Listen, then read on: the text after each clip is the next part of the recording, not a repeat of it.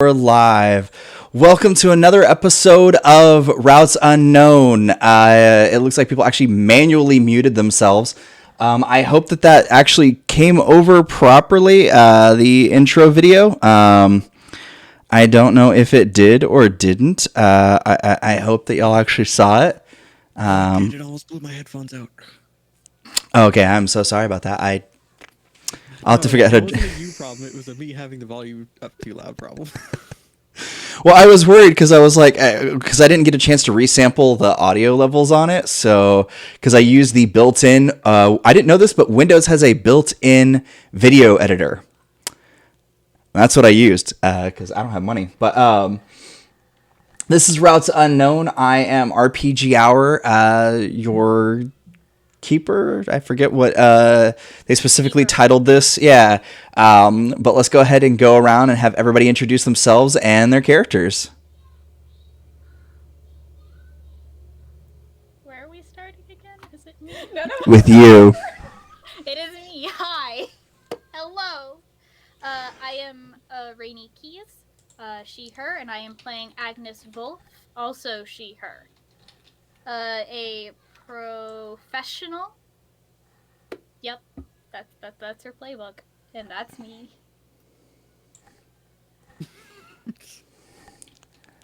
Why not? I'll start next. Hi, I'm Eric, aka Eldritch Crow, and I am playing Chrysos Jones, the expert.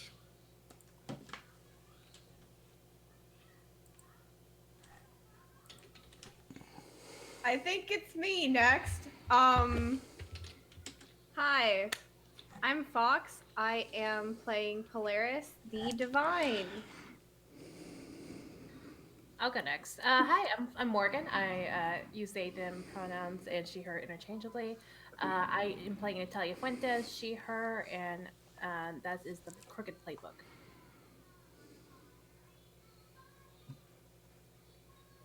You're muted, Jules. Well, it was bound to happen at least once.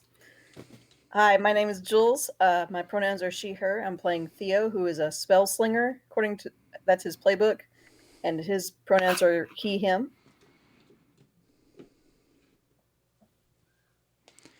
All right, so waiting for chat to catch up for a second. Well, I mean, is it better like them? Because you also said that they were a little quiet. So, was that better, Gothic Cowboy? Testing. 1, 2, 3. Are we good? Can you Don't make hear us me okay? scream. I also put my mic, like you can actually kind of see the mic in the camera. This time I put it a little bit closer. So, Okay. Right. Chat saying it sounds good. Mic and mouth. all right. So for those of you that weren't here last time, the quick update is that everybody decided to go out and catch up on a local. Well, not from this town, but a local professor at a university that's not too far away decided to do an investigation on a local haunted house in Hexwood. The problem is that he's not exactly the most, let's just say his idea of safety is everybody grabbing a safety partner, and he could probably yell safety, and you hold up your safety partner's hands and be like safety, and that would be the extent of safety for him. In a haunted situation. He didn't really care about things, and the party sort of realized fairly quickly that what he saw wasn't what they saw.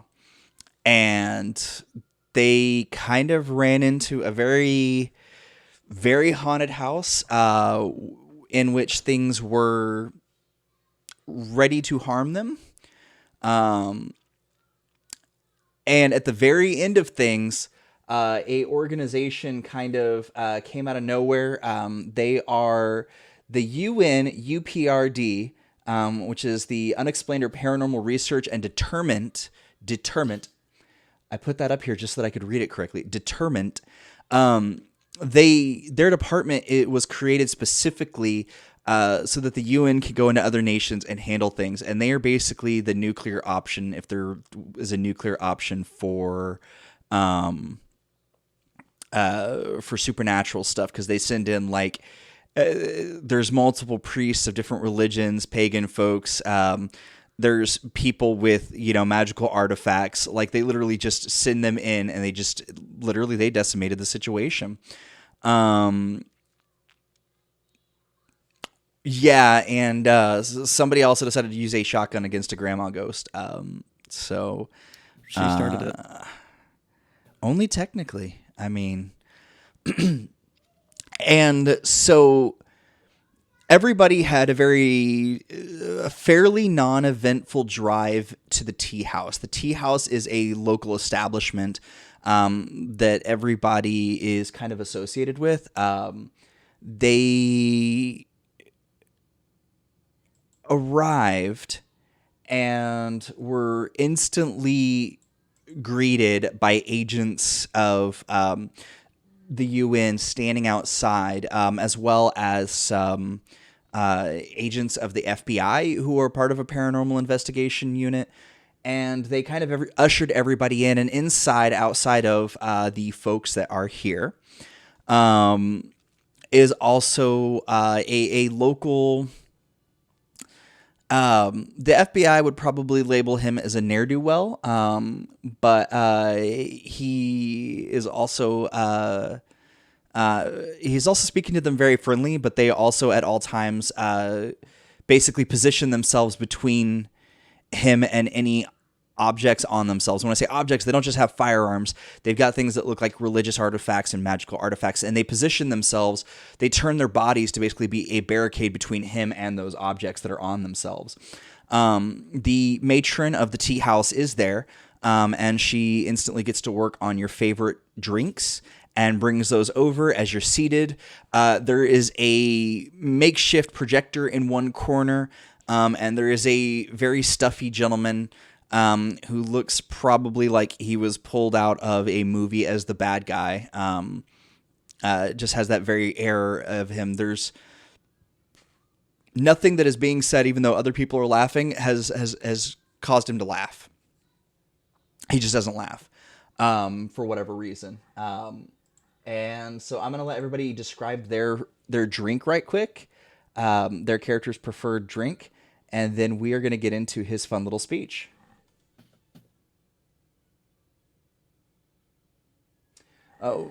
Let's have the order be Rainey, Luca, Jules, Morgan, and Crow. All right. So, Agnes's ideal drink is this is the most basic that she usually goes for. It's one of those pumpkin spiced chais, iced with whipped cream on top, and she also asks for a drizzle of caramel. Yeah. Polaris is pretty standard. They usually just get a London fog, but really heavy on the vanilla and really heavy on lavender. They like little dried lavender flowers over the top. So pretty simple for them. Theo's order changes every time, and he usually just orders whatever weird thing that they're advertising. It's like if they've got a new boysenberry latte, yep, I'll take that. Natalia usually gets an Americano, double shot. Maybe it's a quad today, just for the heck of it. Get that caffeine. And Chris is drinking the strongest black tea he can find. I will also note that when y'all walked in, Tara, who is the matron, Chris, as soon as you went to go put on your apron, she took it from you and ushered you to a seat as well. You weren't allowed to help out today. She is standing off in a corner. She appears to be mid-30s. The entirety of the house has a very uh, log cabin feel on the inside. The exterior is just a very basic brick house. It feels very old school on the inside. There's a lot of little areas to kind of sit down and drink. And the area that the agents are currently blocking with their projector and everything is actually the doors that lead to the exterior in the back, which is actually a tea garden area. Which is kind of the favored spot of here to come. Even truckers just coming by will go out there, sit, and have a thing of coffee. The coffee is very basic here in regards to, she doesn't have a whole lot of different kinds of beans, but the teas, literally half the building is just for storage of the teas that she has and the herbs. As I stated, the agent has a very pompous feel to him, and he glances out over y'all. Seeing as you are all associated with him, and he stares directly at Agnes's uncle. I shouldn't have to say that former special agent O'Toole is not somebody that you should look at and think, gee, that's somebody I'd like to be someday, or gee, that's a great person to idolize. He is the last person that you should be looking to, and you should look at somebody more distinguished, somebody associated with an actual organization, and not somebody who has taken it upon themselves to drive around in a beat-up old Winnebago and try and continue their work. Now, At least he knows how to tie his tie. God. I will not sit here and listen to you slander my uncle in front of my face. that's adorable because those chairs have been rigged so that you can't get up until I'm done speaking. I have a very, very, well, I've been working with these kind of magical devices and things for quite a while, and I've had to give a lot of speeches, and I realize that sometimes people don't like to be talked to. So I've discovered devices that help make sure people will stay seated while I am speaking. It's the best way to make sure I am heard. Natalia's gonna try to get up. Yeah. The chair raises maybe about a half an inch, and on your way back down, it's as if things like became slow motion for you. And as you go to drink again, the drink in your cup is frozen. Did you Well, get us too? The rest of y'all, when Natalia speaks there, it's a very slowed manner of speaking. Did you do this too? It's Oh no, not full robot. But for the rest of y'all, y'all don't seem slowed like she does, like she is. I do not want y'all going anywhere near that site again. I would prefer it if you decided to stay away from things for a while, because we're going to be monitoring things around here. Well, specifically just that house.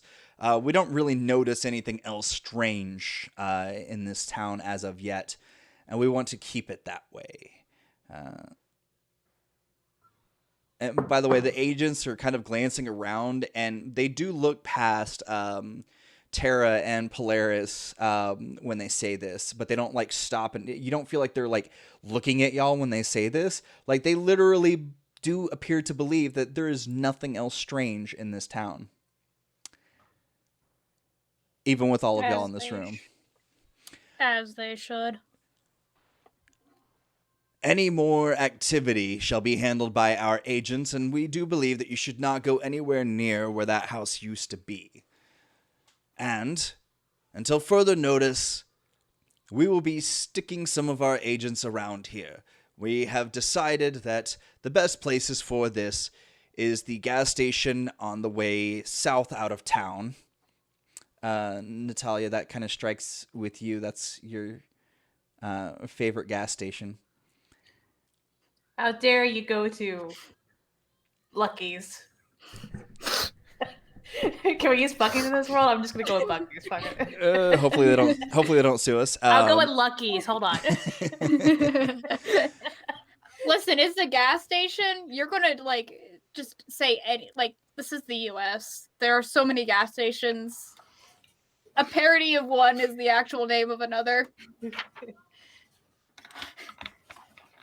And they kind of point out a couple of other spaces. It's kind of really generic on the map. It doesn't seem to have any rhyme or reason. All of the spaces that y'all see that they've marked are places that y'all have never seen or experienced anything before.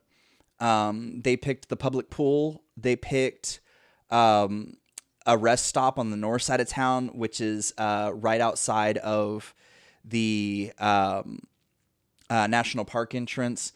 And they picked some local eateries, nothing fancy or anything like that. Some 24-hour diners and what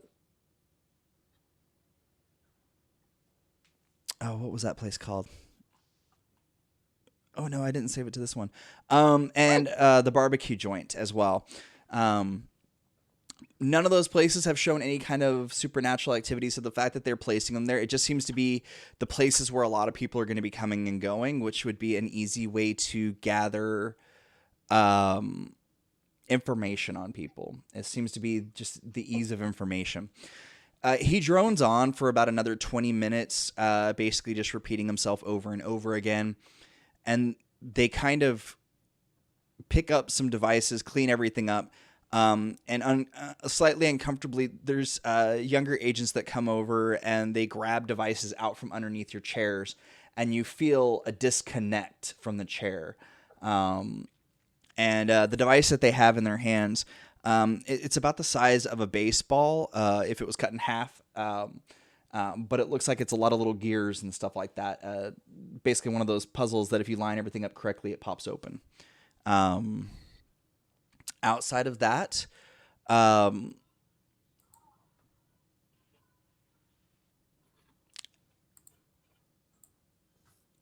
Natalia, you are still slow going, and I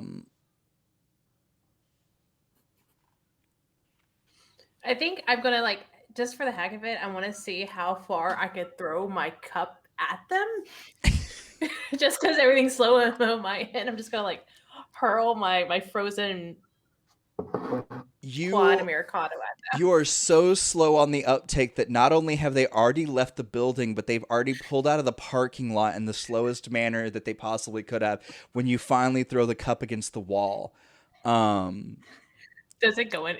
Does it is it just or does it actually go No, it actually goes. It actually goes the distance it would have gone had you not been frozen. But it actually in midair is taking its time to get there. Oh. Theo is experiencing a little bit of numbness to themselves. And when they breathe out, it's as if they're in freezing cold temperatures. And Chris, you don't remember seeing anybody there when you went by this morning. Huh. There Weird. was just that new house with the little white picket fence and that family there.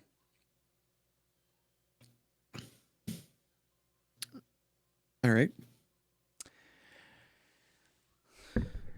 Does anybody want a refill? I'll get you darlings refills. I'm going to put a little something stronger in mine. I don't know about y'all, but I had about enough of one of them today. Yeah, and Chris reaches out and catches the slow-mo mug and then passes it over and says, maybe just a new cup as well. As soon as you touch it, the liquid instantly unfreezes. Oh. So you may be covered in her drink, depending on how you caught it.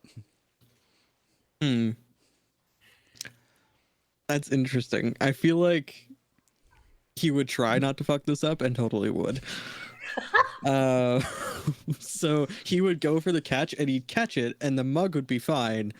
but it would just be like that moment of, oh wait, it looks like he's got it, and then it just like the liquid just explodes. I think you just see me telling a slow mo to start and point and laugh. Clarice claps politely. Theo grabs napkins and starts mopping up your shirt. Theo, it's fine. I've got a spare in the Well, back. fine. My sister's drink got all over you. Theo, I apologize on her slow behalf. Theo, it's on the upper half, not my stomach. You sure? Pretty sure. At this point, Agnes is going to just take Polaris and pivot them away. Hide the 1,000-year-old child's eyes. Oh gosh. As you look over, you notice that Uncle Jeremy actually managed to snag one of those devices that was holding y'all to the chair. So Polaris and Agnes notice that he's sitting over there trying to figure it out. And he keeps sticking it to the bottom of his chair and trying to see if he can get himself stuck. Uncle Jer. I'm pretty sure they made that thing defunct after they stepped outside of it. No. See, they found something, replicated it. They're not that smart.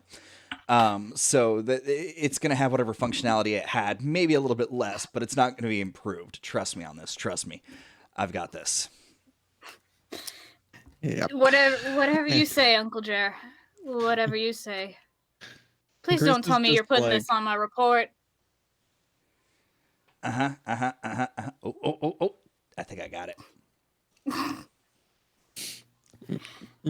Chris is literally just standing there with the teacup in one hand, like clutched from underneath, like he's holding it up, just deadpanning all of this going on, and he's just like,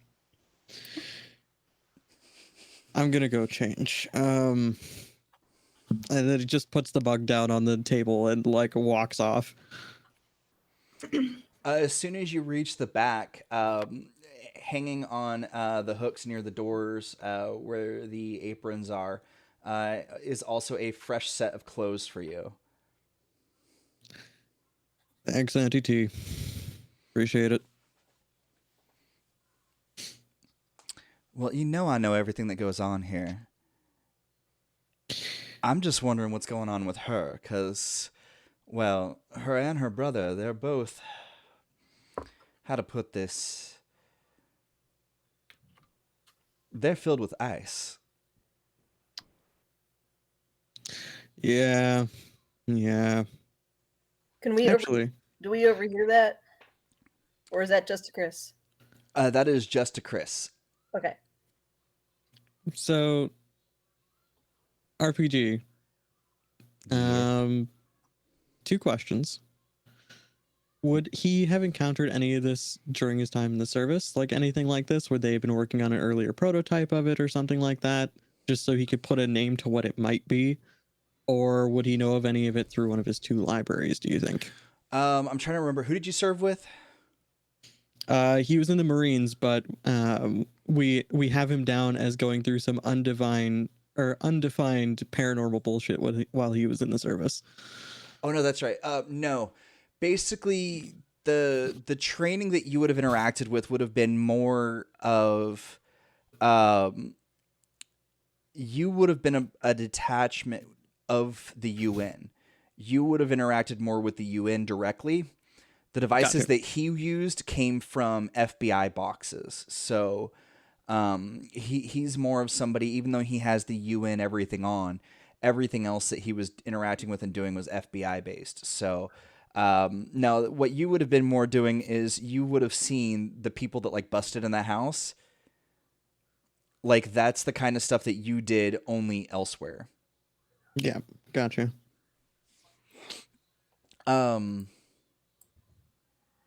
Now, I also have a mystical library and a lore library. So the mystical library being the one with like occult tomes and grimoires and things like that for magic stuff. Would I be able to recognize if this just cast a spell? Like, were they something that was casting a stored spell or something like that? Oh, the devices? Yeah. It's more likely that they've been imbued with magic, and that it's basically depending on how you activate it will depend on how long it lasts, how potent it is, things like that. So if you've got a small child, you don't need to have it as strong on there versus a full-grown adult, or a full-grown adult with, a rucksack and, everything that they need for surviving in the wilderness for multiple days. So Gotcha. Cool. Don't mind me. I'm just taking notes. as for the rest of y'all, no, y'all would not have heard. This is the back part of the tea house where they brew everything. Got a question real quick. Yes. I think when the bug was put down by Chris, I think Natalia's slowly going for it. As soon Agnes as is just- you... Oh, No. It's fine. Continue narrating. Agnes is just everything gonna that you start to touch from this point starts to have like small little pools of ice forming at the end of everything that you touch. So there's like little pools of ice, probably about the size of a quarter, forming where each fingertip hits. If you put your palm down, it would be about the size of a quarter outside of that. So it would be your palm size and then a quarter space outside that. I think she's just touching things, honestly. It's fascinating. Agnes is just eventually going to touch Natalia's shoulder as she just like watches her uncle work through this entire device, and just, all right, yeah, you've told me the story how many times now? It's like that's the same one Dad tells every Christmas. I'm sorry, you touched Natalia's shoulder? Yeah.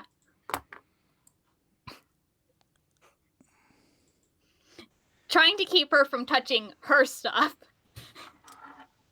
1 second, I need to confirm something on your... Ah! Oh no! All right, so What did I do? you get this overwhelming scent hitting your nostrils of Natalia. I'm assuming motor oil, coffee, more coffee.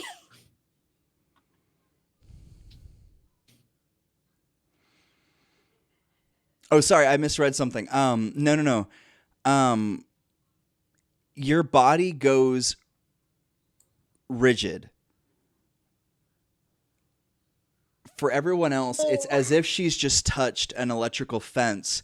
You see the hairs it's stand that up on her body, and there's a slight layer of ice on her hand. Like as soon as she is finally able to pull it back from Natalia's shoulder, it breaks off like a wax hand, but it's solid, pure ice.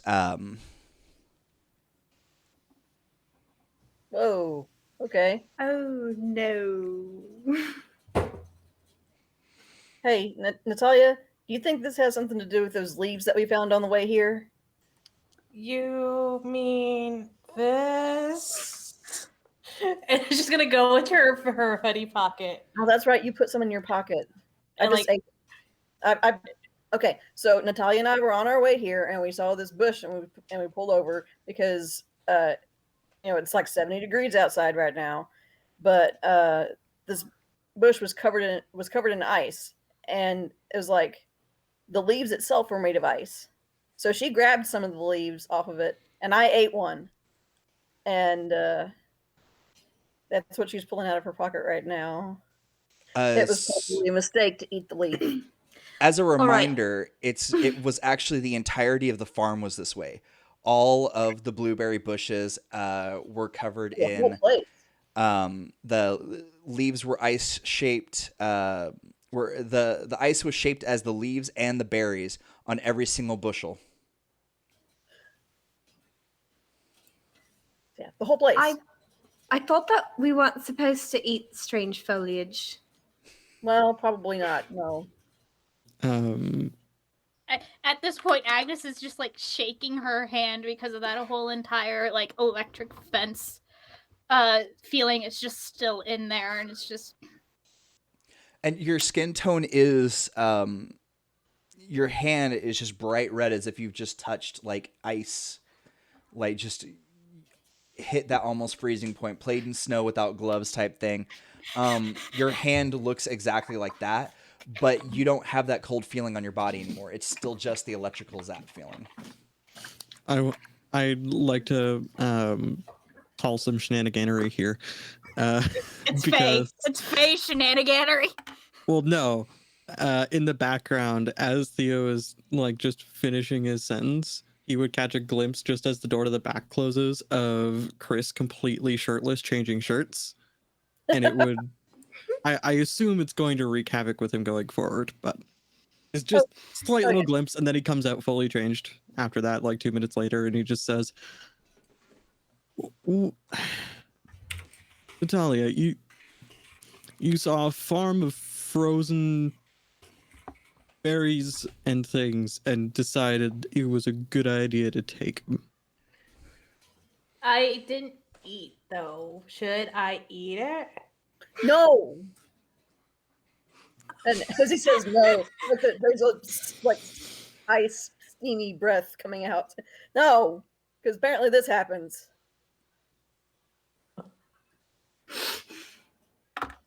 I don't know why it's affecting us differently, but I think it's a separate problem from our new friends that are in town.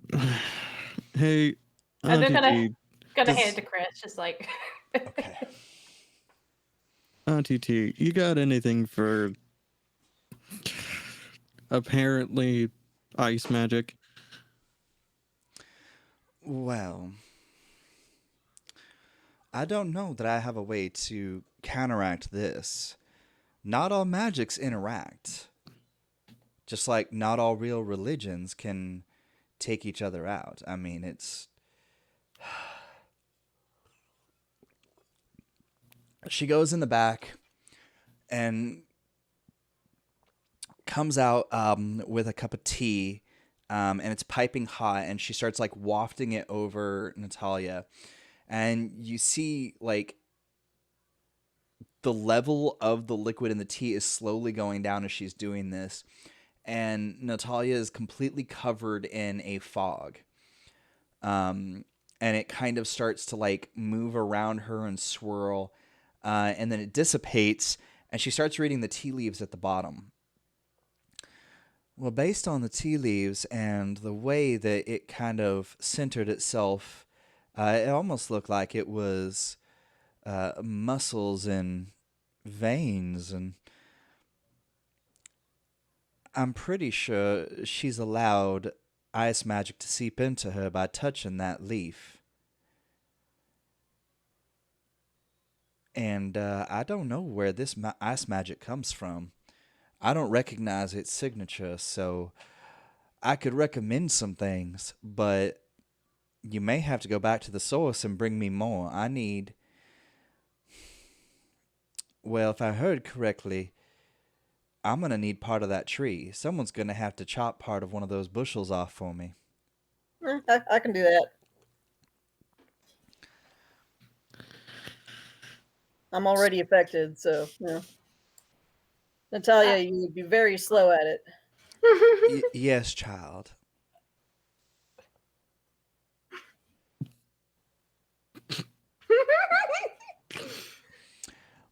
Right, Theo stands up and says, okay, well, I'm going to go get one of those ice bushes. You may have been affected too. I would be very careful because, well, you said you ate one and this is happening to you? Yep. I didn't say it was an intelligent thing to do.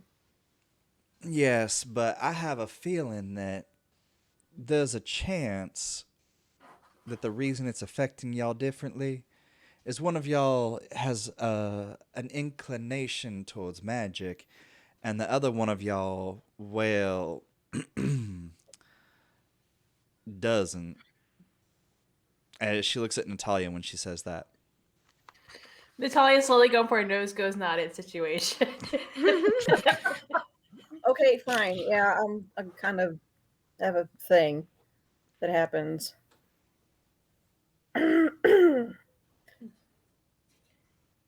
Actually, What I don't know sort? how it would interact with what is currently going on because normally it's like fire. Is it? Yeah, you burn shit. Yeah, sorry about that. Ooh, you burnt. I have a flaming sword as well. Do you? I I do. see it. It's not Uh, actively but- flaming, but I mean, but- it could be. Can I do Polaris, it inside? no. Agnes says I'm not supposed to do it inside. Not. Yeah, Well- Technically, we're outside. ooh, we could use the flaming sword to cut through the ice branches. Right? Agnes It is would be- just gonna lean over to Uncle Jer. What? When you're done figuring that out, can I have your field notes? Well, the archive is currently locked, and the bunker is currently locked. So 30 years What of year- field notes are locked away right now. And I was just asking for the current notebook you keep chained to your pants, but fine. Well, I mean, Please I don't tell know me what this you is going brought to my do. bow and my arrows. How long will it take us to get back to the bush and back? That part of town is probably about 20 minutes from here, Okay. depending on the traffic.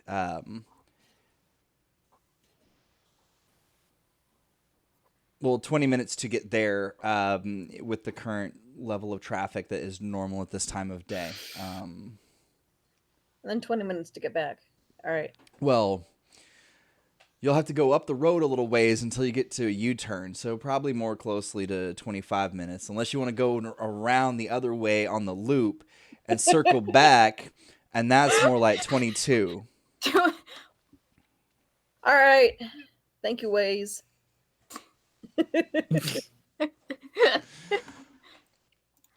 But still, please tell me you still have my bow and my arrows in the trunk of your car. If they're in the truck, they're in the truck. I don't take anything out. I only add, which is why I have 5 trucks. Oh my gosh, the upkeep. No, each truck is actually in like a varying state of decay. One of the trucks he can't even drive. It's just there for storage at this point. There are weeds growing through it. So it's like every rural place in Texas. Yeah. In the Midwest in general, let's be honest. Yeah. So, flaming sword sounds like a good idea. Mhm, Getting back to that farm sounds like a good idea. Natalia, put the damn leaves down. It was like right in your face too. So I think she'll just put it on the table. All right. She'll slowly just put everything she grabbed on the table. So As Alright, soon as they hit the table turns into a ice version of the table. The wood is completely gone. The teacups that are on it, the plates under the teacup start to turn to ice as well. It is a slower process, but as soon as that leaf touched the table itself is no longer there, and it's just an ice sculpture that looks exactly like the table.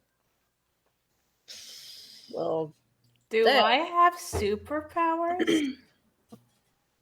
I believe you're about to get grounded.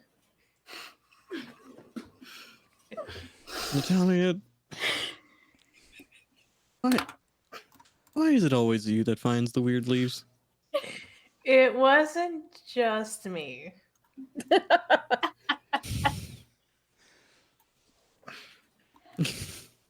Chris is like actually laughing at this point because it's just so. It is so stupid. Like, And also, Chris it is knows just her far too well. It's absolutely like, wild that this is happening right now, and Chris is just like, "All right, what are we gonna do about this?" Okay. Well, Um, is there any reason for us not to go ahead and go get the branches? no. I mean, Agnes has already left the shop to go rummage around in the trunk for her bow and arrows. Let's just. Okay. Yo, Polaris, you come with me. We'll get it done. Sure. Great opportunity to use the sword. All right. Theo's truck is an 84 Silverado, Oh. and it has been pieced together from many other trucks. So it's not really So- an so- 84 so it's- Silverado. It's an It's not 84, anymore. an 88, an 86. Yes. So we're hearing a return of the good old Volkswagen Beetle from a certain mage detective in Chicago. Something like that. Yes.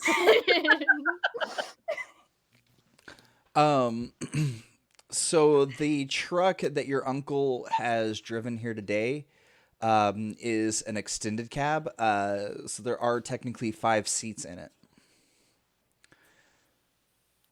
Hey. He's also a local first responder. So technically, oh no, sorry, it's a double bench. So technically there are 6 seats. However, 2 seats are eliminated in the back due to all of the emergency gear. And then due to the fact that it's stick shift, unless somebody is willing to like have to potentially have somebody's hand right all over their body constantly, it would be an uncomfortable situation to sit there. And anybody that's ever been in a truck like that knows exactly what I'm talking about when there's 6 people yeah. that need to sit in a truck. You fit 4 in the back. Yep. So You put somebody on somebody's lap, or you just bridge them between 2 other people's laps. It's We Shotgun. don't all have to go. Y'all just want to go? but you have a spare key for that truck. He's probably not going to notice with everything that he's doing right now. Theo, no offense, but your car looks beat to hell. It is, but it runs. I think it looks neat. Thank you. That bumper was an aesthetic choice.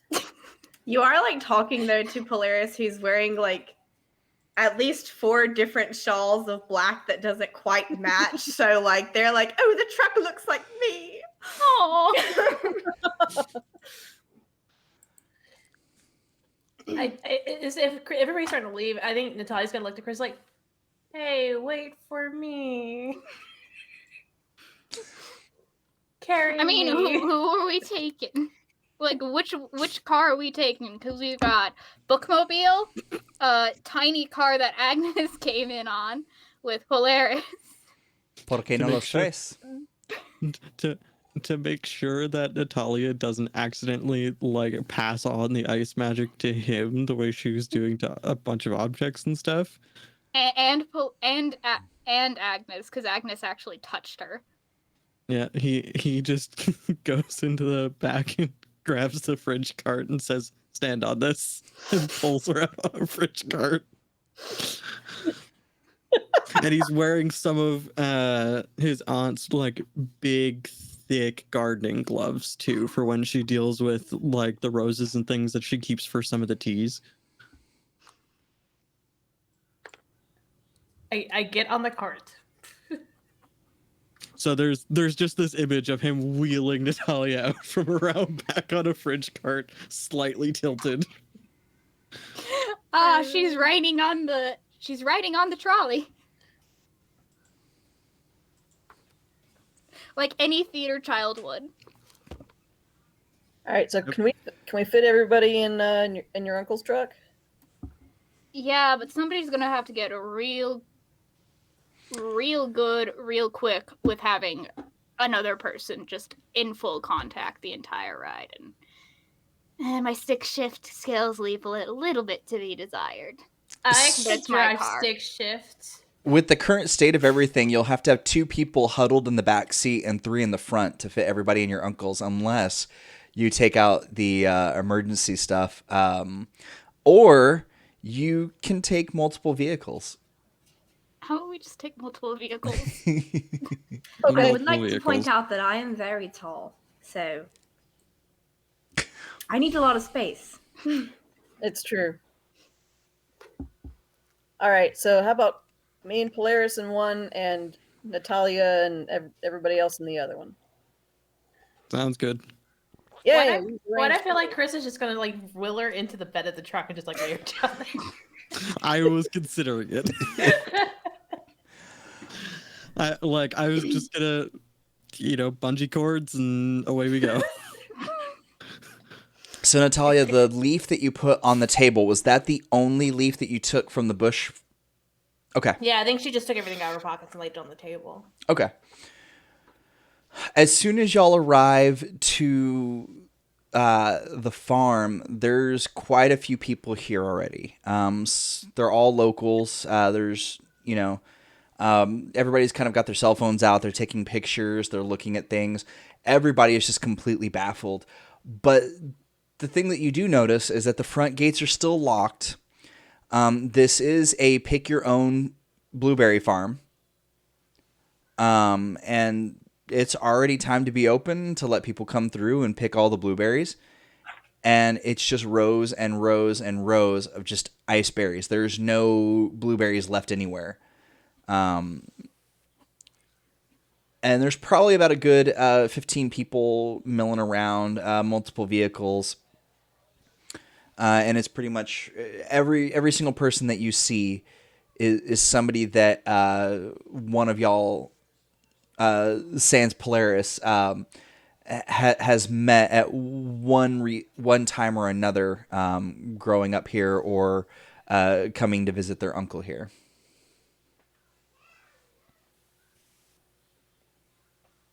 Oh, and sorry, Natalia, you are no longer slowed. Why am I still bungee down? Let me go.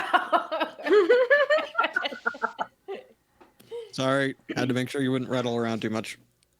Unhook a bungee cable. I'm not a statue. Like, and she's gonna like start like undoing herself as well. Like, Yeah, I feel but like you at were so this slow, point, a bad Agnes bounce would've just, left you out of the truck. I feel like this point Agnes just hits the brake maybe a little too hard to stop the car. just one of those like against the glass situations and like the slowly Yeah. like sliding down.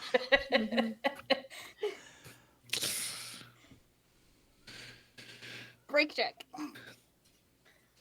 Good. I'm awake. Let's do this. All right. So, is there an obvious branch that's outside the fence that we can chop off without having to go inside? Not exactly. The bush that you were able to pull leaves and berries off, while there is a section of the fencing that is easy to get in and out of, it is still a little bit of a walk in to get to it. It's not just like right there. There is nothing between the bushes and y'all except for a fence, and the fence is basically only there to keep out animals. How tall is the fence? Over the fence. It's only about 3.5 foot tall. Oh, I can step over it. Polaris just steps over as Agnes is getting out of the car and is just. Yeah, I mean, Polaris is like, we're supposed to be here for the bushes. Time to go for the fence. There's just this point where like Chris is watching them all go, and he just goes, "All right, knife check, shotgun check, coffee, fuck," and then he keeps walking. Is the gate open? It's like, is it locked? It is not locked, but it is closed still. As I was saying, the front gate is still closed, but there's no lock on it. I'm gonna open the gate. You hear a familiar voice from last night behind you. Oh, good. I don't know if these little ghost berries, I guess is what we're gonna call them, will make for good pie. But I think that it would be good. It's goddamn Kelly. I think that would be great, and I'm wondering if the ghost berries can be fed to a ghost, because I'd really like to get some to my boyfriend. But yeah, so she goes in and she goes straight. Hey, Kelly, no. Kelly, no. She goes straight past y'all, like she's just still talking. Can I tackle her? Can I just like run up and just like straight up like body check her? Like, Yes, and I do say, chat did catch that. I do think it's Kelsey. If I remember correctly, it's Kelsey. We Kelsey. just changed her name. Healthy. We missed one letter. It's fine. We make it like a different K name every time. Next we get Because we don't like her, so we don't remember the actual name. Like we all know it's Kelsey, but we all just decided to call her Kayla the next day, Kelly the next week. Oh no, it's Kaylee now. Yep. So mean. Yep. That being said, go Fuentes, go. Cool. Well. See, I didn't even bother with the gate. I just went over the freaking fence. yeah, I think as Natalia sees her like going for a bush, she's gonna like hop a fence and just like straight up do like her running back moves and just straight up like try to tackle. Oh, you're tackling Polaris. No, I'm tackling Kelsey. Oh, she went through the So front she gate. doesn't There's get nothing carried. there's nothing to hop over. Like she went through the Oh. front gate that Theo opened. Okay, then straight behind, just zip zap zip, just Yeah. ducking and weaving. I don't understand. I was gonna make blueberry pie. It was gonna be at the diner. Y'all could have had some. I could have made some extra and brought it over to y'all. Kelsey, did it ever stop? Did you ever stop to think that maybe weird frozen berries might not be good for you? Theo didn't. I can tell you firsthand it's not good for you. Do you like ice? Because that's what it tastes like, just straight ice. It's not good. Come on, let's go. And I think Natalia's just gonna like take her and like by the shoulders and be like, just dust her off because she knocked her down, and just like lead her out. Well, when I worked at the hospital, I used to give people ice chips all the time. So I assume people liked it. Yeah, it's because people want ice pie.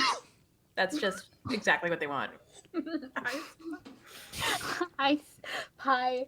Agnes is just like cleaning off one of her feather, like one of the fletching of her arrows as she just like passes by and just assists Natalia in shoving Kelsey out and just very pointedly gives Kelsey a look as she just closes the gate and shuts it.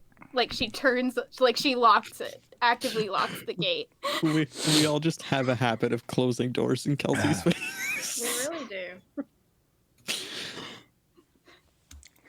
do. Apologies, folks. So, you said there's people here, people that might freak out at the fire sword. Yeah, I was just thinking, what kind of first responder is Theo? Just in general? No, it's not. That was Uncle Jeremy. Oh, okay. So, like, what kind of first responder is he? What kind of tech does he have in his truck? So I don't know how this works in other states, but in Texas, if you're a first responder, it's basically medical training. It's a step below an EMT's training. Okay. I think that's generally what it's been here. It depends. Like, for other states, like speaking from my experience, a lot of first responders tend to be like volunteer firemen. On top of that, and like the EMTs and the fire departments have been interconnectedly like sort of trained from what I vaguely know from my uncle who is a volunteer first responder. Is there a megaphone / a siren anywhere? Like just one of the little portable flashing lights and sirens that just gets real loud? Wouldn't it be a part of the car? Eventually, I don't know. Is she watching? Bullhorn. Hi, Aurora. Apparently my child is watching on a phone in another room and yelling hello at me. So, all right. So, Hello, mini RPG. So, specifically speaking, there's nothing rigged up to the truck. However, you do find two things that can be used in such a manner. One of them is a street cone. You can yell through it. It'll amplify your voice to a point. And the other one is... So there's a battery in the back. It's like a car battery, but it has like a surge protector strip attached to the top. If you've never seen those, they're used for emergency type situations. But sitting next to it, suspiciously close to it, is a guitar amp with some chords and a mic near it as well as what looks to be a makeshift setup for a karaoke.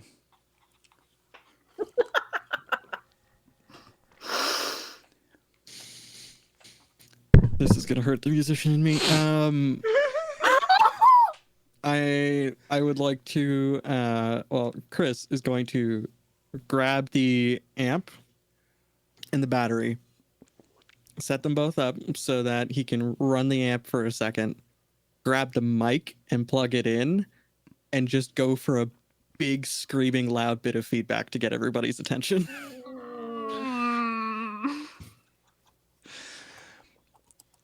You hear a couple people, just kind of, oh my, why would he do that? What is going on? And they all just kind of are looking over at you now, but they're all, well, he is that strange one that drives that bus.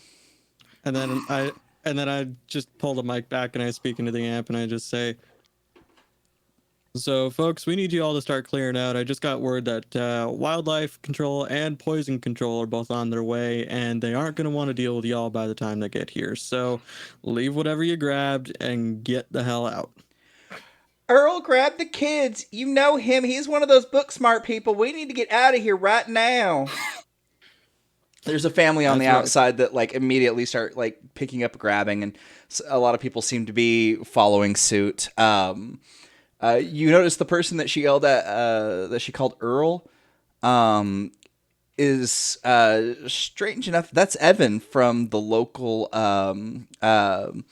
old-fashioned gas station that is still a people come out and pump for you, full service, as well as they do, the sticker stop type stuff, oil changes and all that. Into the mic, I just say, Earl, drop the berries. Because just from across the way, he can see him trying to sneak a few into his pocket. Just calls him out entirely. He kind of like dusts them out and then picks up the kids and grumbles to himself, and it's Evan. Why does everybody call me Earl? And then Chris will just say, so yeah, we don't know if these things are poisonous yet. A few of us are going to do some looking around. We got Theo with us because he's, local wildlife expert. Just give us a few minutes and clear out for, 24 hours or whatever. And hopefully this will all blow over. Okay, bye. And then unplugs the mic and starts walking through the gate. Or whatever.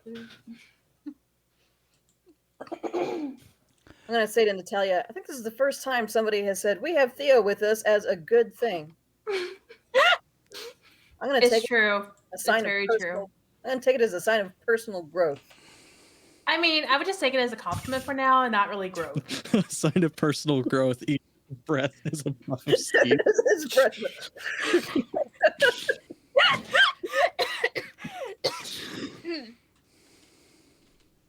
Okay.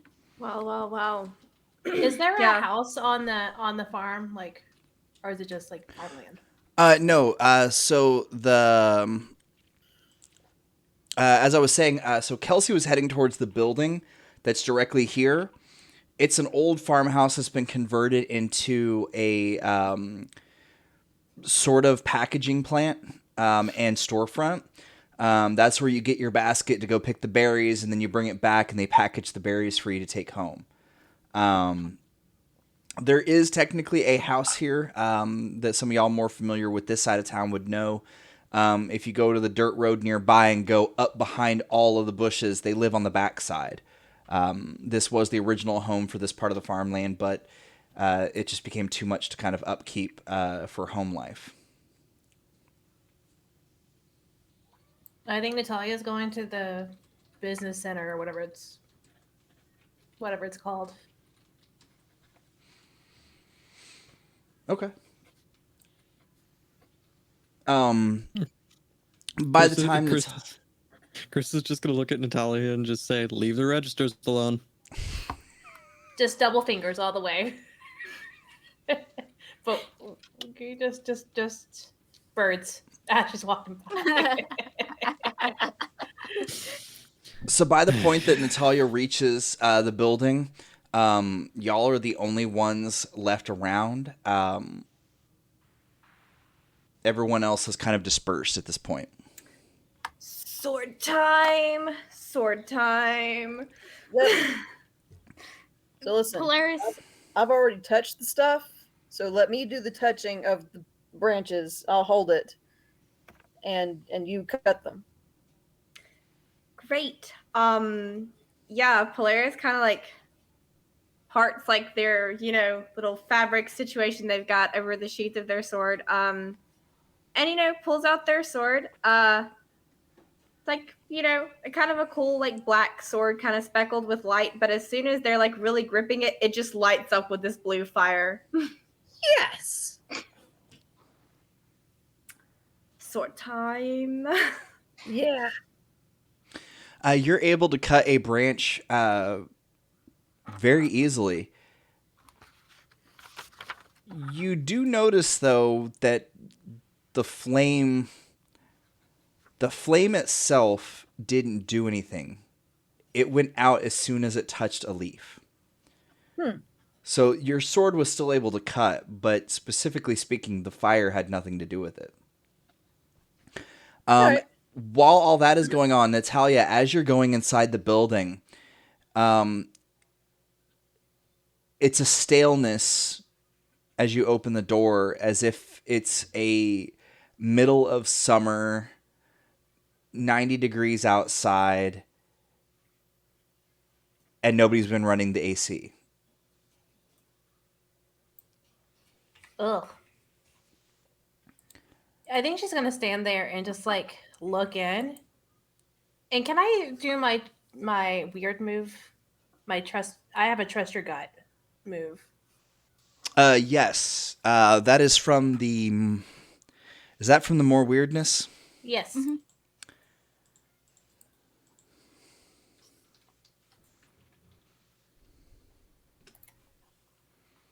For those of you that are not aware, that did not catch the first game, we went to the Generic Games website, which is the creator's website, and there is a section under the Monster of the Week where it's files, and you can actually get something called More Weirdness, and it's a adds a little bit of extra to the games, and... Oh, not what I was trying to do.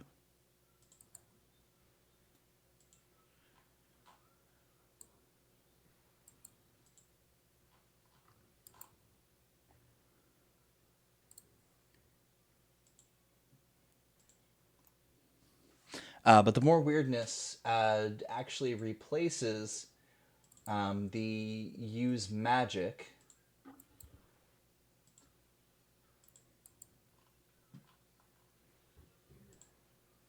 There we go.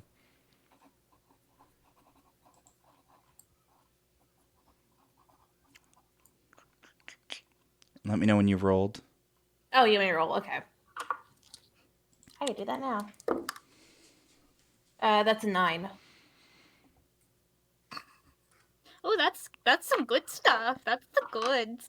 All right, That's the so on Trust Your Gut, a 7 and 9, the Keeper will tell you a general direction to go. Take +1 forward as you explore that.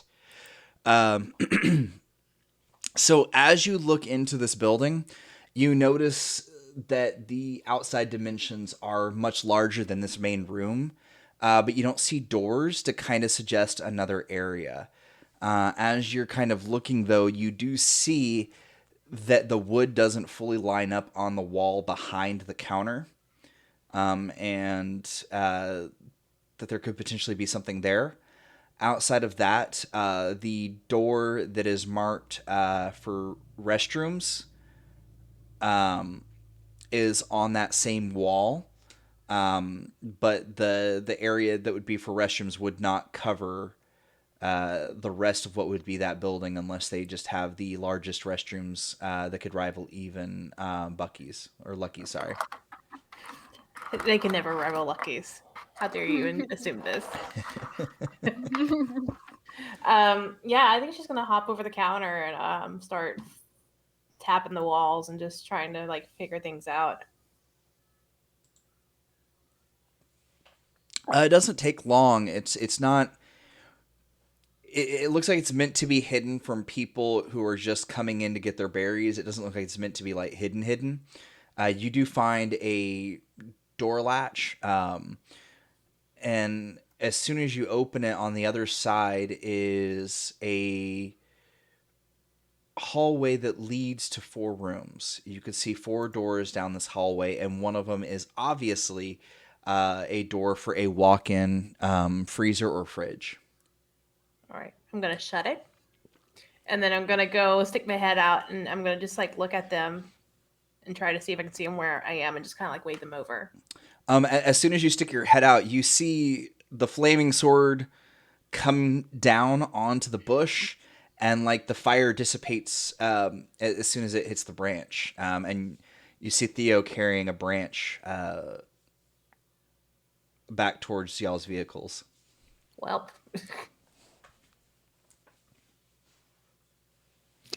If Natalia's waving us over, I'll head on over and be like, "You found anything?" yeah, come on.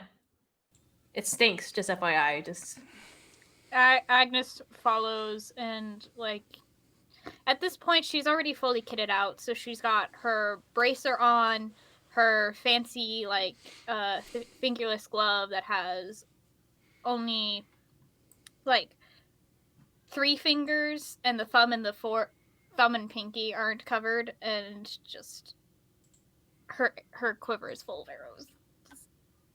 Just a nice. Yeah, Yeah. Polaris will follow after Agnes. They trust the branch can go in the car safely without them. So I see y'all went to the Rivendell School of Monster Hunting. Cool.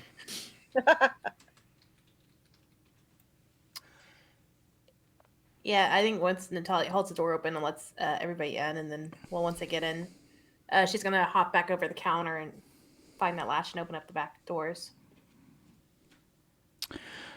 So the hallway, as y'all see it, is not very large. It's just a little bit bigger than like one person. And as you're looking down it, you realize that the hallway shows sections of the house that are in greater decay than the rest of the house, or the building, I should say.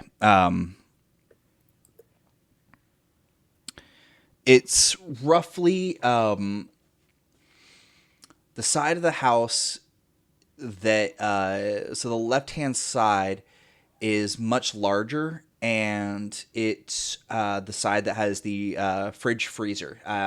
Y'all just don't know because y'all haven't opened the door yet to get a better detail. On that same wall, there is one door towards the back, but there is no exterior door down that hallway. On the right-hand side, this is closer to the front door. This is a smaller section. So the 2 rooms on this side are obviously going to be smaller, but there is nothing detailing what they are. The house did not look like it had a second floor. It looks like it does have a stand-up, an attic with a stand-up space, but not a second floor.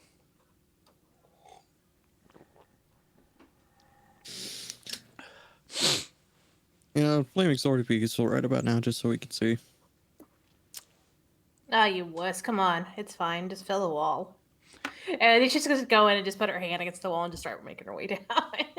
Oh, I do apologize. There is light on in the hallway. The lights are cool. on. I like to assume lights are on until somebody says, "Oh, no light." No light. It's a supernatural campaign. I was assuming all lights are off until otherwise stated. No, to be fair, all lights are flickering. To be fair, unless I say the lights are off or flickering, just assume that they're on. Okay. And that's So, campaign-wide. Which door first? I think Natalia's hand's on the left side. I don't know why. I think she still put it up just in case. And that's, I guess the first one on the left is the one she's going for. So you're gonna go for the fridge freezer room? Oh, okay, yeah, sure. Let's go with that. Let's get right to the creepy freezer. Why not? Gotta love it. Bold of you to assume that everything is creepy at this moment. We found a hidden freezer behind a secret panel in the wall. If there's not a body in that freezer, I will be surprised. It's fine. Trade secrets? So technically speaking, it's not a body. That's a quote. That's a quote that needs to go somewhere. Technically speaking, it's not a body. So Just writing it down. That is our first sticker design. There are partial pieces of animals hung up in there, and it is still fully freezing. But there's also shelves with frozen vegetables, frozen blueberries. And I mean, it's fully working. The lights are on in here. But there's like no human bodies. So, I mean, if that's what you were thinking there was going to be, but I mean, I thought we were gonna find Kelsey's boyfriend. no, y'all know how he died. Yeah, the poor sod got pushed down a flight of stairs by a very angry ghost. I told him not to poke the ghost, and what does he do? He directly pokes it with the stick, and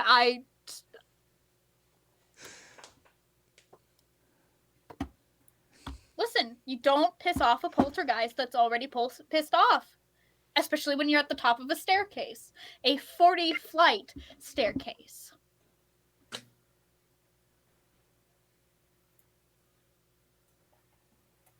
Sounds like a challenge. Does anybody go in and investigate the freezer more? I'll go in. Polaris will. Polaris, no. Polaris and Theo arrive on scene. Oh, I Yeah, figured it was waiting for everybody to get up to the house before y'all actually went down that hallway. Yeah, I would have waited. basically. We would have waited for Theo to put the branch in the car. Okay, so we've caught up.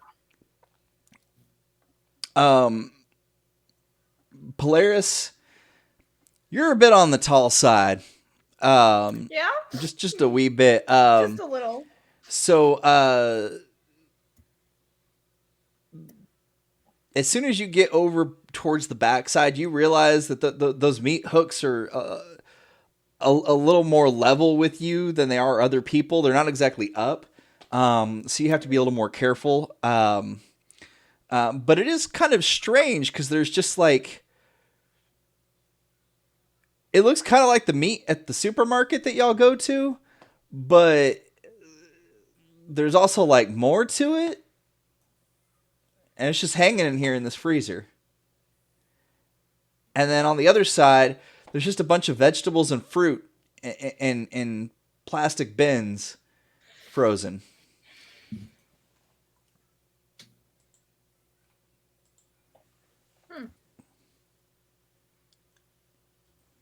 You never want to hear the meat has something more to it.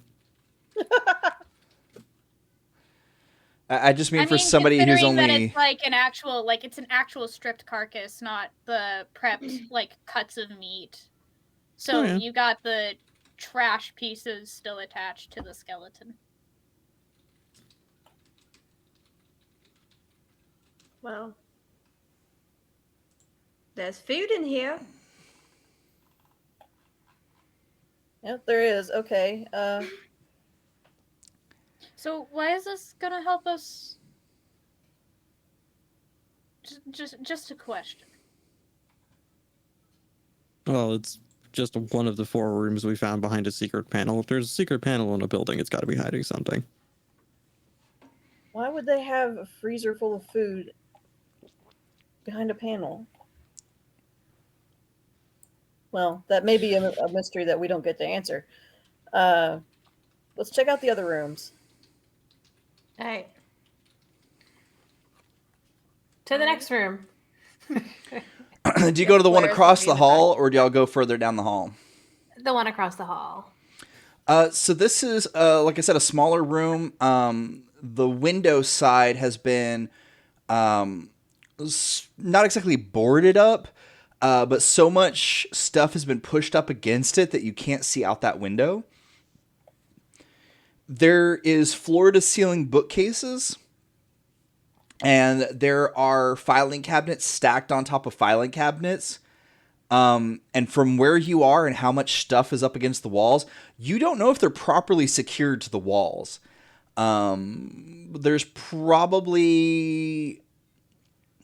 is a desk that's about 4 feet long and maybe about 2 feet wide, with 2 chairs on the closest to where y'all are and a chair on the opposite side. There's some walk around room, and that's it for the room. You could maybe fit 4 of y'all in there standing up, in the little bit of space that's there. This has records of all kinds, and considering some of the paperwork that's just right by the door, this goes back to when the town was founded. Nerd stuff, I'm out. And Natalia leaves. Polaris is just gonna wait in the hallway since they're big and this is a small space. Agnes is like curious, but she also knows.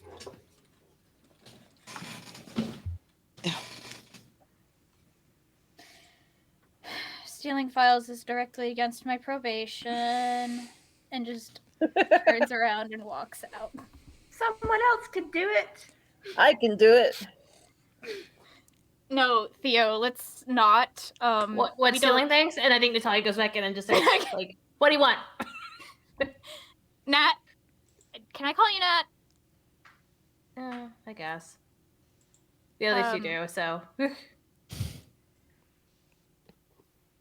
It's a propriety thing with me. Nat, I don't know if we really should be taking these papers, because this is a secret room behind a panel, and if a Christos Jones decides to just harp on the point about how spooky it is, then I'm going to harp on the point that this feels very Mafia-esque, and if we take one of their papers, they're probably going to notice. Hey, Chris, you're a nerd. What do you think? As Chris is addressed, everyone turns to notice that he is already in the room with the filing cabinet open, just flicking through the files like... I've rubbed up on him already. What do you want? It's paperwork. Hey, Chris, I would like for you to do an investigate a mystery roll. Oh goodness.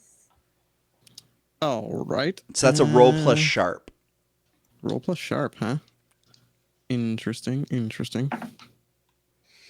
Ooh, that is a 9. Okay. So normally on a 7 to 9, you would get to ask a specific question, but I'm co-opting this a little bit, and instead I'm going to give you 3 scenarios. You can either find some documentation that is very telling of the current situation of the farm. You can find a book that has that is very interesting to you, or you could rummage through and potentially find something tagging this farm to something corruption-based in the city. All of these are so tempting.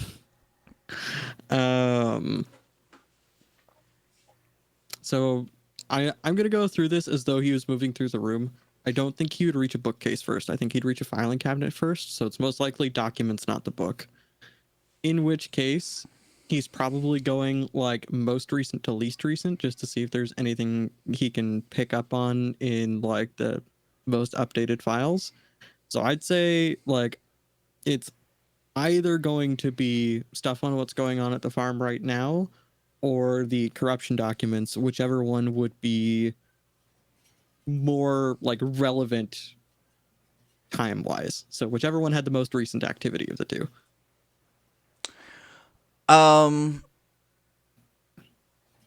Technically, with where you are in the room, either one of those could be found. So this is really, what do you want? Okay. flipping a coin. We'll say heads is farm. Ooh, that's a tails. So we get corruption. Okay, so you notice that about a month ago was the most recent addition to this documentation. It shows that members of the current city council are answering to a shadow council. And it shows that pretty much no matter who gets elected to the city council, the shadow council co-ops and kind of runs things.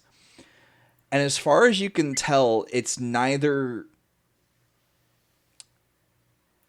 malevolent, it's not malicious that you can see. But it does appear to be, while there are no names named, with the things that it talks about, the people who are involved in the Shadow Council are definitely people who know about folks like y'all and the magical goings on around town. And in fact, the last entry is asking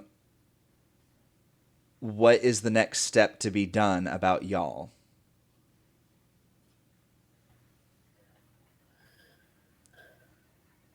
Chris, are you sharing this with the class? Well, the first thing he's going to do is pull out a dang cell phone and start taking some pictures. Because he's not taking the documents with him. That would be dumb. Smart. Agnes sitting here. This feels like a mafia-esque thing. Also, on top of the creepy, we really shouldn't be removing the papers. Agnes says that, and he pulls out the file, and he starts taking pictures, and then he says, "Oh yeah, no, it's definitely a mafia thing." And then passes Agnes the files to read. All right, you nerds are gonna handle this. I'm gonna leave. What are you gonna say, Theo? The blueberry farm is corrupt. Nothing is safe.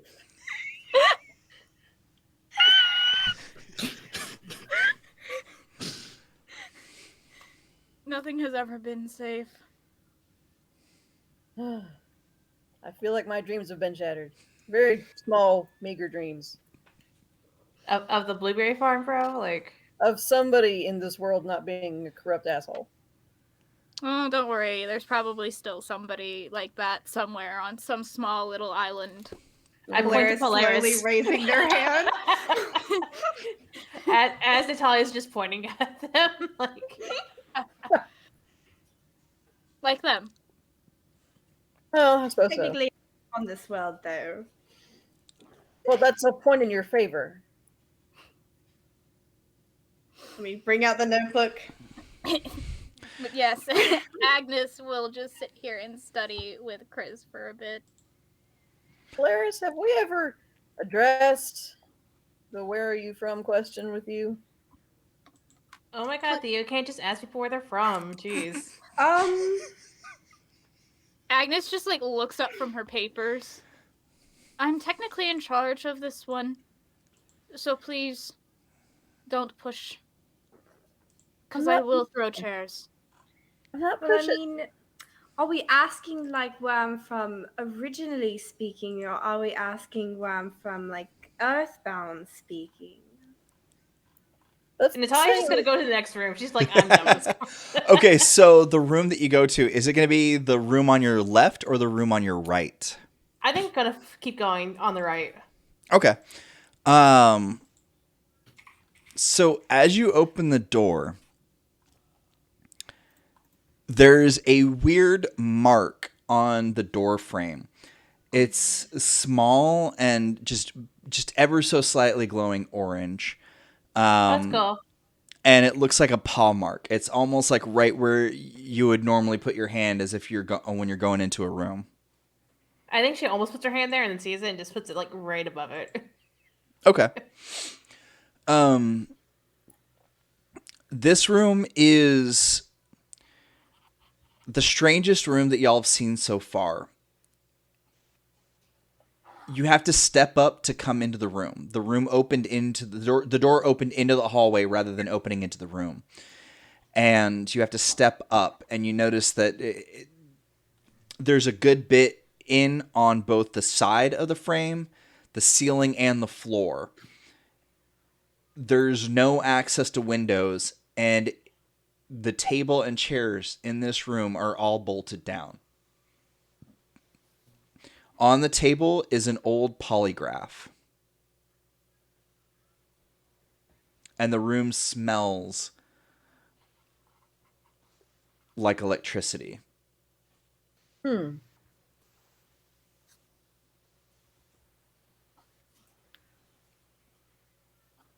Well, this isn't creepy at all. What do y'all think? Nope. Yeah, definitely not someplace where someone was tortured. What do you think of this? And she points at the little like mark to Theo and Polaris, since they're the ones in the hallway. Ooh. Polaris is gonna touch it.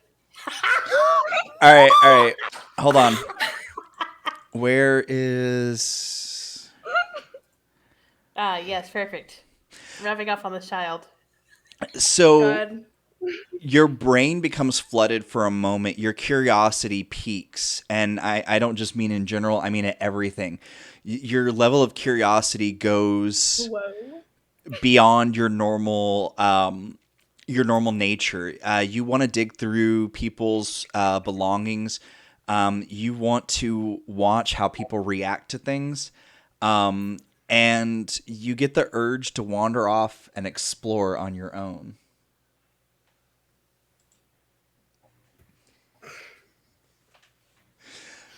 And the mark no longer glows as soon as Polaris removes their hand from it. I think you just hear the people in the room just hear a "welp" from Natalia. Chris, That was exciting. Chris knows that whelp. It's not the good whelp. That's Is there a good whelp? Is there still I feel like that's the we're about to get caught whelp.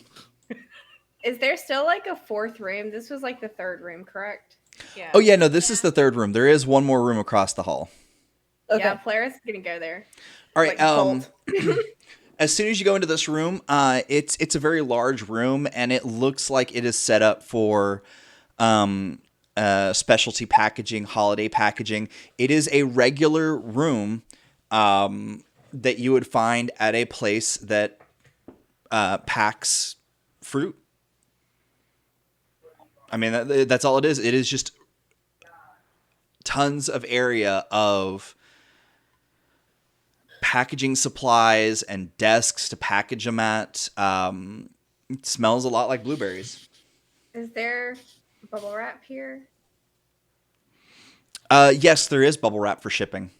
There Great. is. So you guys are just gonna hear aggressive popping at this point. It's not. Cause It's not bubble wrap as you'd think of it, though. It is bubble wrap on a giant, what looks like a it's on a roll. It's a giant, like what? Oh my goodness, my brain is just not so functioning. it's like the really big, like mass-produced factory ones where you just rip and cut and go along. Like those really Yes. giant rolls. It's like a giant no. roll of paper towls is the best way that my brain can function Oh, this to is describe it. Great. This is great. This is My all getting question is- unrolled. My question is, could Polaris take it with them if they were to use the sword to remove are it you from its kidding? holding? Oh, absolutely, absolutely. Oh man, and I do like my sword. Now, we are going from breaking and entering to destruction of property. I'm not going to stop you. I just want to make sure that we're all aware of it. Agnes, at this point, when she starts hearing the popping, just like puts down the papers, gets up, bolts to the fourth room. I imagine Polaris like has the sword at this point, just like ready to take out the bubble wrap. Polaris, no, put it down.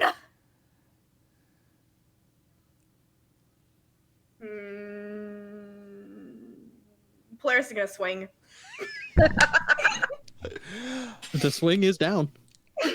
Technically. It's down. It's going down. Yeah, no, Polaris Oh, is able man. to cut it. Agnes was gonna like take one of her dummy filled arrows, like the two, three foam tipped ones she has for just knocking shit out of people's hands. So specifically, wanna- what just happened? For those at home, the childlike Polaris has just taken a giant. This would be an equivalent of a The literal 3 foot laser long, sword. 3 foot long paper towel roll, but instead of being paper towels, it's bubble wrap, and it's probably about a good 3 foot wide as well. And the way that Polaris can grab this and hold this would literally be like a second sword, only Dual wield. bubble wrap. Dual wield. Chris, I thought you didn't touch the glowy mark though. Why are No, you chaos? this is me. This is the player being chaos. Chaos. Oh no, it's on the floor. Someone should probably pick that up. Good thing I'm here. I'm grounded. I'm grounded. Chris, I'm kicked out of my party. I'm done as a hunter. My license is going to be yanked. It's okay, Agnes. And I think Natalia's just gonna stand there with like her armor on her shoulder. It's like, that'll be fine. Chris just like pokes his head up and he says, "Hey, I got pictures of the last of the." I mean, at least it's a non-lethal alternative to the sword. I mean, technically speaking, it's mine, not yours. So, technically it would be my license revoked, and I don't even have a license. So, win-win. They have a point. And worst comes to worst, you can put it on that. You can put it on me. It's fine. Polaris, I appreciate you, but I really need to sit you down and re-explain how my agency works.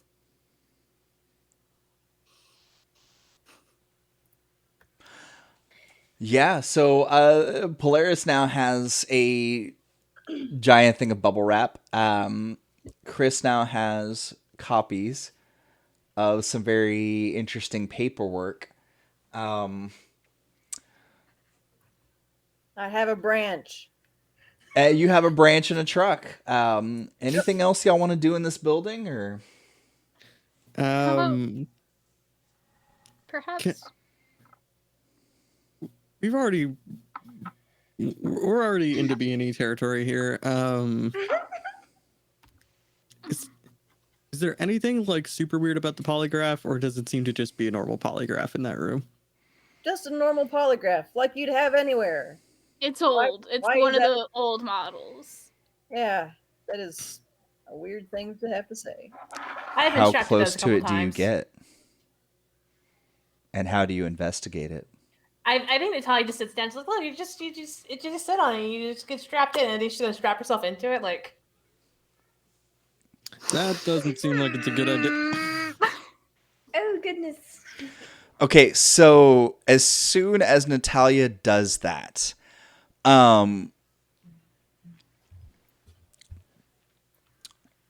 you see this like electrical spark come out of the end of her fingertips. And all of a sudden she starts spewing like facts about her life, kids that she picked on in elementary school, something that she did last week that was ridiculous, like moving something at the O's and then saying she didn't do it. Just I know it. just absolutely cannot stop herself. And the thing is that Chris, you're close enough while looking at this that it actually bleeds over into you, and you start talking, Oh no. and you can't help Oh, it. yes. So why don't both of y'all real quick name off some weird truths that are recent in regards to the group, or something that has recently happened.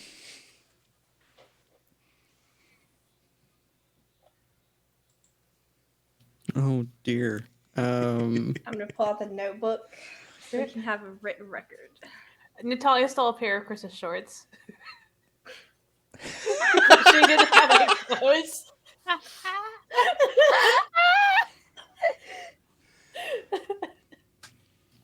Oh Lord, I don't even know where to begin. Chris immediately blurts out that he wants Polaris' sword.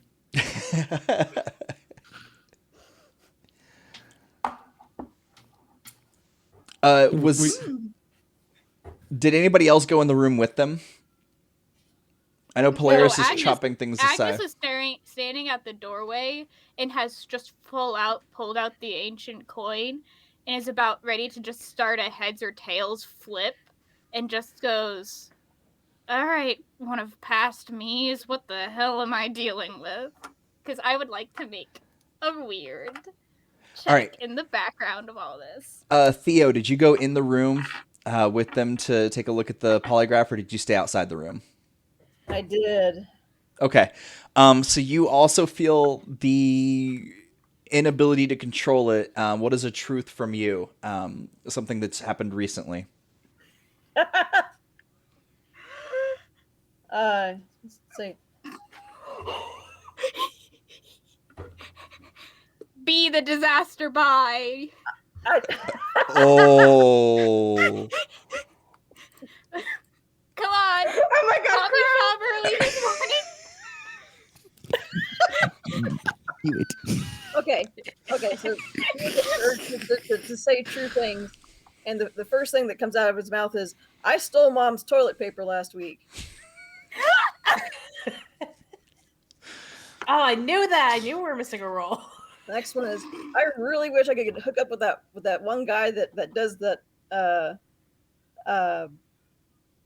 that does the gardening over at the library center. I cannot stop thinking about that dude. Why am I saying this to you?"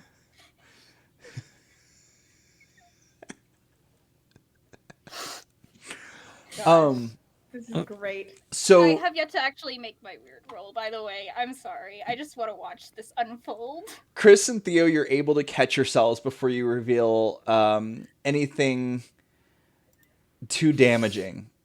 But you do reveal some things that you Too are,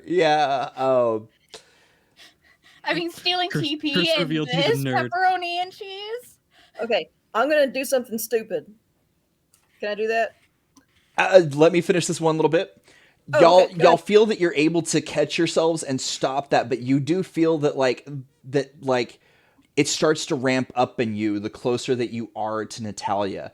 You notice that if you take a step back, that it takes a little bit longer for that to build up towards where y'all feel like y'all want to reveal something. Whether that step back is like a tiny, like you're taken aback by the situation, or whether it's a full step back would be up to y'all. But Theo, what is Theo going to do? Okay, Theo has on his character sheet. I'm reading off his character sheet. I haven't used this before. He can open his third eye. It says, when you read a bad situation, you can open your third eye for a moment to take in extra information. Take a +1 hold on any result of 7 or more. Plus, you can see invisible things. On a miss, you get a 1 hold, but you're exposed to supernatural danger. Unfiltered reality is rough on the mind. Go ahead and roll for that. But I'm going to go ahead and step over with Rainey right quick and see what happened on the outside. What do I roll for that? Oh, 2d6 plus whatever ability that it states. Wouldn't it be a plus weird for the third eye? Yeah, there's a most plus likely. What is your ability? It's called your ability. Pass 5. I have pass there it 5. is. I couldn't find it for a second. All right, go ahead and give me that roll. I rolled a 5. Or sorry, plus Rainey. 2, so 7. Oh my gosh, I got double 6s. That is a 12. Okay. Plus 1, I think, with my weird, because it's a weird roll. So, If I remember correctly, though, you haven't turned that into an advanced. So it's going to be a past life has something useful to offer. I get 2 questions instead of just 1. Yeah, so which of those 2 questions are you going to ask? So what did a past life discover about weird polygraphs? And also, how did a past life how did a past life deal with said weird truth-telling polygraphs?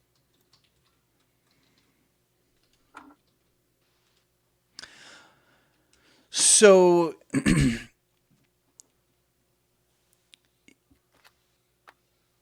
you pop back in time to the 1920s and you realize that you are interacting with the West Coast. You're on the West Coast. And you realize that the device is being argued over between some people in some strange uniforms. You've never seen them before. You don't recognize the agency, and it's kind of, they don't really match up with a lot of things that you have seen. I mean, technically speaking, there's a lot of different agencies that are around at this point. But you don't recognize the way that they hold themselves, the way that they talk. They say they're FBI, but are they really? It's kind of a difficult situation with what you know, but you feel like the person that's there trusts them. And you realize that the lettering on the side of it matches the lettering on the one that's on the table. And they're telling you, don't worry. We'll put this in a safe place. We've got a warehouse for things like this. And they start taking it away. And you hear the person, your past life, they cry out, but what about my partner? They can't stop talking about things. And you took them away too.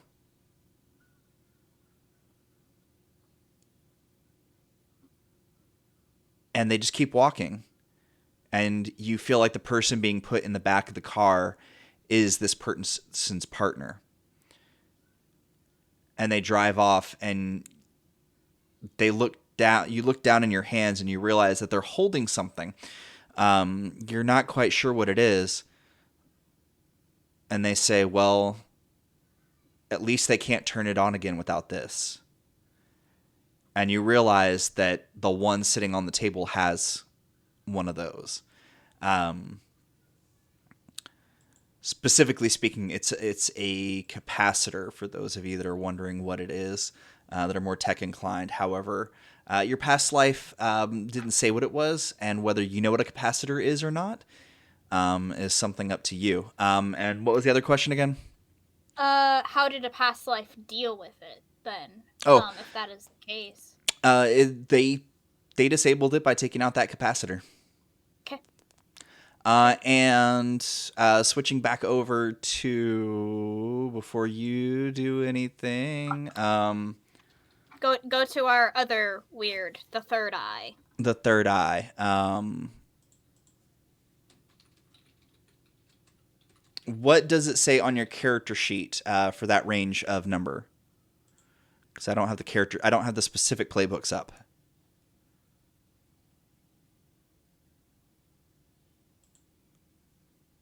Oh, Jules, you are muted.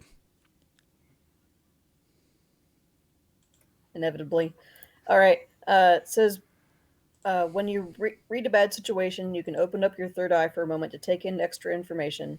Take +1 hold on any result of 7 or more. And I rolled a 5, and it's +2 weird.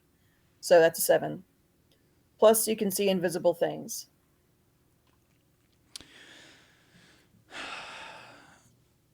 I'm almost sad that I didn't fail that one, so I would be exposed to all kinds of nasty stuff. But all right. So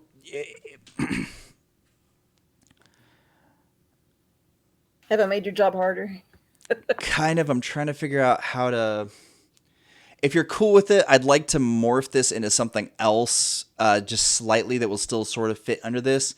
Sure. So it almost looks like when you've seen invisible things in the past, but you realize that it's more of a. It's sort of like a replay of the situation that happened here before. Only you can't see who is in the seat that Natalia is in, but on the other side of the table is that really tall fae that was in a long coat and hat Oh. at the other house. And That's why. anytime that something flickers or changes on the machine, you see them doing something to the machine to change it. And so Natalia might giggle and then reveal another fact, and it was because something just flickered on the machine, and it looks like it's repeating something that he did before. That's cool, but also shit. Yeah. All right. Well, Theo will see that and then just blurt out, "It's that guy again,"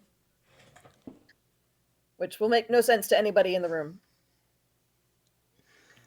But once he shakes himself out of it, be like, "Natalia, you got to get up and get out of the seat." Oh, I can do that? Okay. You're having difficulty getting up at this point. We're having trouble with chairs. The straps, you can stand up, but everything is still strapped on you. Like, you can't seem to take it off. Can I roll to kick some ass and throw it off? I mean, Agnes is bounding up the stairs to take care of the capacitor on the thing. Stairs? The one stair, the step. She's a Oh, short okay. person, okay? Yeah, I will let you attempt that, Morgan. Okay. What is my tough? Oh, it's a 0. That's fine. That surprises me. Cool. I got a 9. Okay, Not so like you needed it. normally on a 9, a 7 plus, you'd be able to inflict some harm. However, as you try and pull yourself out and you rip against these, you realize that every bit of damage that you should be doing to those, it's causing a backlash and the damage is coming back on you. That's fair. That's understandable. Oh no. I'm sorry. It hurts more than it should. Oh. Sorry, I have your sheet up here for what happens when you're interacting with magical things, and I reread it, so that was the realization there. So no, like if you pull up against the straps like you're trying to pull them, your arms start getting bruised right around those spots, but it's not the level of bruising that should be happening from this much pressure. Do I take any harm from it, or? No, not directly. Okay. Not at this point. Rainy. Mm-hmm. To pull this off,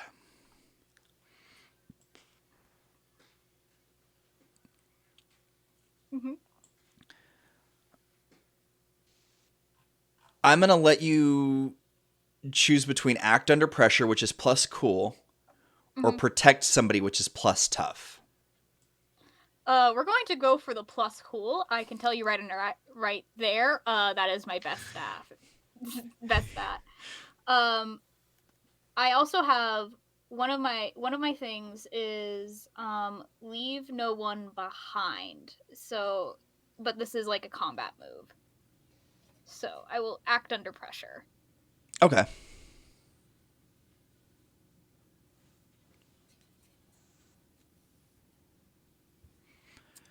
So yeah. What'd you roll? Gimme. Okay. Not bad. That's an 8 total. I had a 6 for the die roll, and I have a +2 to cool. Okay, so on act under pressure, 7 to 9, Keeper is going to give you a worse outcome, hard choice, or price to pay. You realize with the way that this is set up, whoever put it in didn't know what they were fully doing, and you realize that you are either going to give some type of a electrical feedback or situational feedback. Either you are going to do something to yourself or something to Natalia, depending on how you get this thing out of here. I can take it. Is Agnes saying anything out loud about what's going on? I don't think she is. No, she's not.